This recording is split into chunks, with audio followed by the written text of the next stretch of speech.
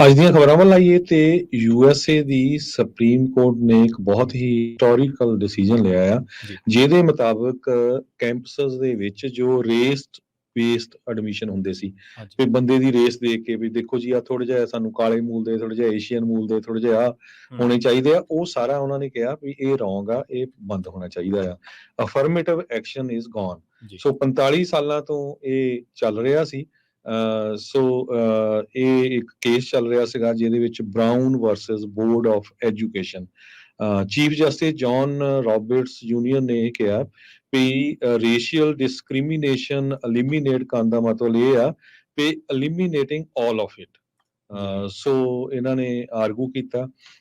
ਸੋ ਪਿਛਲੇ ਸਮੇਂ ਤੋਂ ਇਹ ਬਹੁਤ ਵੱਡਾ ਕੇਸ ਸੀ, ਖਾਸ ਕਰਕੇ ਏਸ਼ੀਅਨ ਮੂਲ ਦੇ ਲੋਕਾਂ ਦਾ, ਕਿਉਂਕਿ ਨਿਆਣੇ ਏਸ਼ੀਅਨ ਮੂਲ ਦੇ ਹਾਰਡ ਵਰਕ ਬਹੁਤ ਕਰਦੇ ਆ, ਸਮਾਰਟ ਹੁੰਦੇ, ਸੋ ਉਹਨਾਂ ਦੀ ਗਿਣਤੀ ਜ਼ਿਆਦਾ ਹੋ ਜਾਂਦੀ ਤੇ ਉਹਨਾਂ ਨੂੰ ਕਈ ਵਾਰ ਐਡਮਿਸ਼ਨ ਨਹੀਂ ਮਿਲਦਾ ਸੀ। ਉਹ ਕਹਿੰਦੇ ਸੀ ਵੀ ਅਸੀਂ ਬਾਕੀ ਹੋਰ ਕਮਿਊਨਿਟੀਆਂ ਦੇ ਜਿਹੜੇ ਆ ਉਹ ਡਿਵਰਸੀਫਿਕੇਸ਼ਨ ਉੱਥੇ ਕਰਨੀ ਹੈਗੀ, ਉਹਨਾਂ ਦੇ ਸਟੂਡੈਂਟਸ ਨੂੰ ਰੱਖਣਾ ਹੈਗਾ ਆ।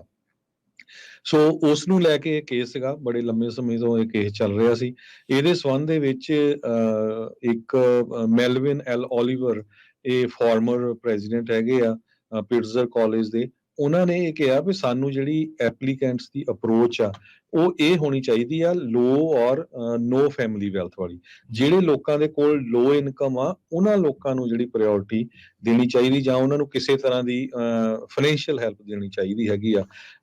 ਤੇ ਇਹਦੇ ਨਾਲ ਸੋਸ਼ੀਓ ਇਕਨੋਮਿਕ ਡਿਵਰਸੀਫਿਕੇਸ਼ਨ ਕੈਂਪਸ ਦੇ ਉੱਤੇ ਹੋਊਗੀ। ਕਹਿੰਦੇ ਵੀ ਜਿਹੜੀ ਰੇਸ਼ੀਅਲ ਵੈਲਥ ਗੈਪ ਇਹ ਲਾਰਜਰ ਹੈਗਾ ਰੇਸ਼ੀਅਲ ਇਨਕਮ ਗੈਪ ਨਾਲੋਂ।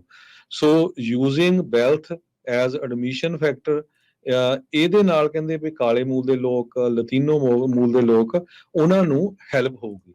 ਸੋ ਚਾਹੀਦਾ ਵੀ ਇਹ ਕੁਛ ਆ। ਆਪਾਂ ਜਿਹੜੇ ਮੁਲਕ ਚੋਂ ਆਏ ਆ ਉੱਥੇ ਦੇਖ ਲਓ ਵੀ ਰਿਜ਼ਰਵੇਸ਼ਨ ਦੇ ਨਾਮ ਦੇ ਉੱਤੇ ਸੋ ਕਈ ਲੋਕ ਰਗੜੇ ਜਾਂਦੇ ਆ, ਕੁਛ ਨੂੰ ਫਾਇਦਾ ਵੀ ਹੁੰਦਾ। ਪਰ ਅਮਰੀਕਾ ਦੀ ਸੁਪਰੀਮ ਕੋਰਟ ਨੇ ਕਲੀਅਰਲੀ ਡਿਸੀਜਨ ਦੇ ਦਿੱਤਾ ਕਿ ਕਿਸੇ ਦੇ ਰੇਸ ਦੇ ਬੇਸ ਦੇ ਉੱਤੇ ਯੂਨੀਵਰਸਿਟੀ ਦੇ ਵਿੱਚ ਐਡਮਿਸ਼ਨ ਨਹੀਂ ਹੋ ਸਕਦਾ, ਜੋ ਪਿਛਲੇ 45 ਸਾਲਾਂ ਤੋਂ ਹੋ ਰਿਹਾ ਸੀ।